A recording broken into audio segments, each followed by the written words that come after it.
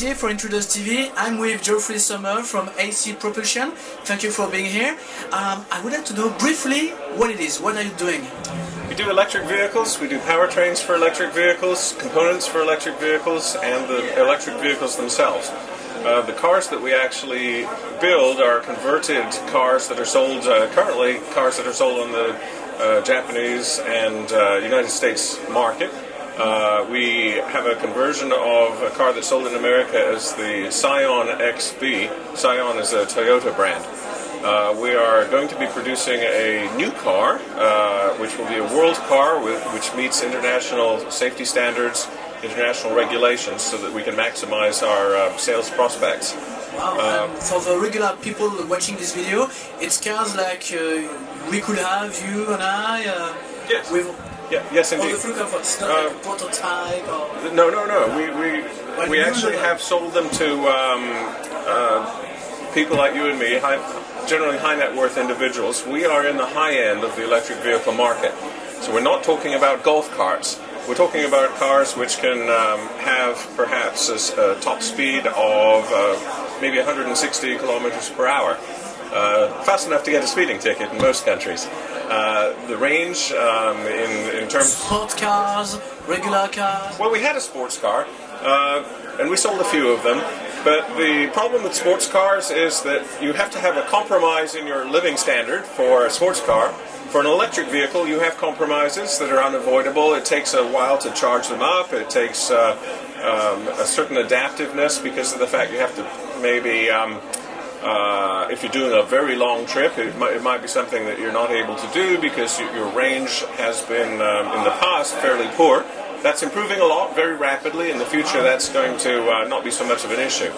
But we see a much larger market size for a more useful vehicle.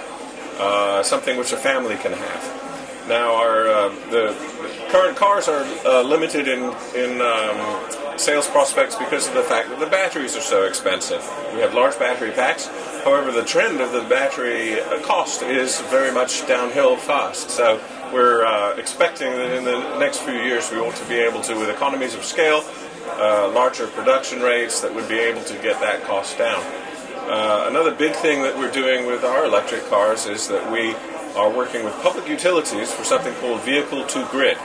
That's a concept where we have the electric vehicles that an owner might have parked and not be using at the time, plugged into the electricity grid. The electricity then is available to the public utility to draw from if it needs to. It does that for balancing purposes. It's called ancillary services, and the electric company is willing to pay the car owner money for that service. So we, at the current public utility market rates, we're getting back maybe $300 per month per car to the owner, which it very much defrays the cost, which we unavoidably have at this stage of the game. You said today it's still expensive. Do you have a range of prices just to let us consider? Yes, we're looking to a production rate of about 1,000 cars per year.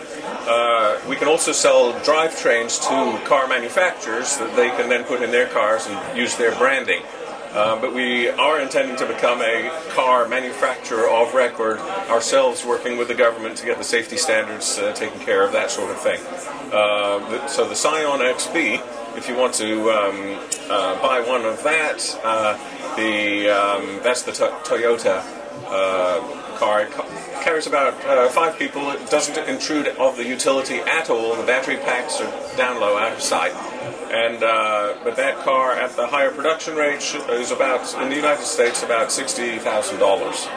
So it's not something which the average person can afford, but a lot of people. Double price for the same kind of thing. A lot of people can, and especially with congestion charges, which right now in London, you're familiar, for cars to get into the central London area, it's extra cost. Electric vehicles are free. It doesn't cost anything. The City of New York is implementing congestion charges with any likelihood, and what we're looking forward to is getting that market so that we can actually have cars, electric cars, enter the City of London, for example, and have some utility into the City of London, The XB is like it's small for America, but for here it's reasonable size. You could actually fit some cargo inside the thing. That perspective looks very exciting, and well, that's very interesting. So what are you doing here? You're looking for expanding the market, finding partnerships, or meeting brand? You have Peugeot and Citroën PSA here. Yes. Are you expecting to... Two things really. We are rapidly expanding our production capability. Because of the recent green resurgence, as it were, and we have a market capacity, a production capacity that we need to find customers to fill, because we might get one big order from a car company and then all of a sudden that order tails off. So the name of the game, expanding production capacity, is that we need to line up customers for the cars. When I say customers, I'm talking beyond retail markets. I'm talking about public utilities. We have sold individual cars by ones and twos for demonstration projects to public utilities for the vehicle-to-grid, for example, and to organizations like the California Air Resources Board, and to car companies, so that they can try and keep abreast of our technology, because we are generally way ahead of the car companies. We started out in business. The founder of AC Propulsion was the designer of the original General Motors EV1 prototypes, electric drive system, went into business for himself, and that was 15 years ago. So we've had 15 years ago to become the best in the business. So a lot of the cars you see on television using electric powertrains, it's not advertised very well, we keep very quiet, but they're ours, you see. One car which is getting a lot of attention these days is the one in California called the Tesla Roadster. I have seen that, very impressive. Yes, that car, actually, we have a history with Tesla. We licensed our technology to Tesla. We get royalties on the Teslas that they sell. It's not widely known. So I guess your sport car will be impressive as theirs, right? Well, the point is that we have no need really to do a sports car, because Tesla's doing it for us in a way. Yeah, they sold it out, everything, yes, right? Yes. So what we're interested in, though, is exploring other areas of the marketplace.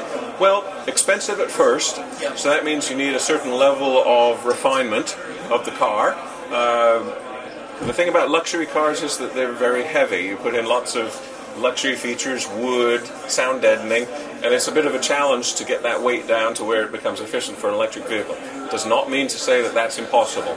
So we want to keep the market possibilities large, that's the point. So back to your question of what we want to do, I'm over here with the intention of attracting partners, industrial partners, whether it be utilities or car companies, as you mentioned, and also investment. We have a degree of capitalization, but again, we want to expand as rapidly as possible so we can catch the wave. And what about the California Tech Showcase? As long as we are now almost at the end of the first day, how is your feedback? How do you feel about this conference? Oh, very interesting. I think it's a very useful forum, and have a lot of meetings lined up. And to play some key partnerships, key contacts? Potentially, yes. In this business, you have to keep in mind that market advantage is sometimes attached to a level of discretion. So there are things we can't exactly say on air about who we're actually talking to, but it is very encouraging what's happening. So this kind of event is very good for you to have a step or outpost on Europe. Yes, indeed. Is there any market in Europe you are targeting more than others, like Germany? Absolutely. We're targeting two primary markets because of their size, their trajectory, if you will, and their acceptance of the technology. We're looking at expansion into Europe, also Asia. Yes, you told me that you were in Japan also, selling cars in Japan. So what's working there? Why electric cars is interesting? Oh, not yet. Oh, okay. It's based on a car which is sold on the Japanese market. Now, what we intend to do is have a car we can sell on the world market, you see. But in order to do that, we can't build 100,000 cars a year. So we have to start in a phased progression to ramp up that capability. We can build 1,000 a year, but in order to get beyond that, there's going to have to be some involvement with a larger production facility, a larger company. What we offer is we have the track record, we have machines that work. With green popular right now, it's easy to do a website. It's easy to do a car with a nice, sexy picture. But the detail is difficult, and we have conquered that. In the last 15 years, we have a system which we can sell, which works, which we have tested. We have an electric car that has driven 134,000 miles, and they're very reliable systems once you know how to be careful with the batteries, treat them right, computer controlled, take care of the temperature. Lots of little details, and it takes a long time to get good at it, and that's where we are now.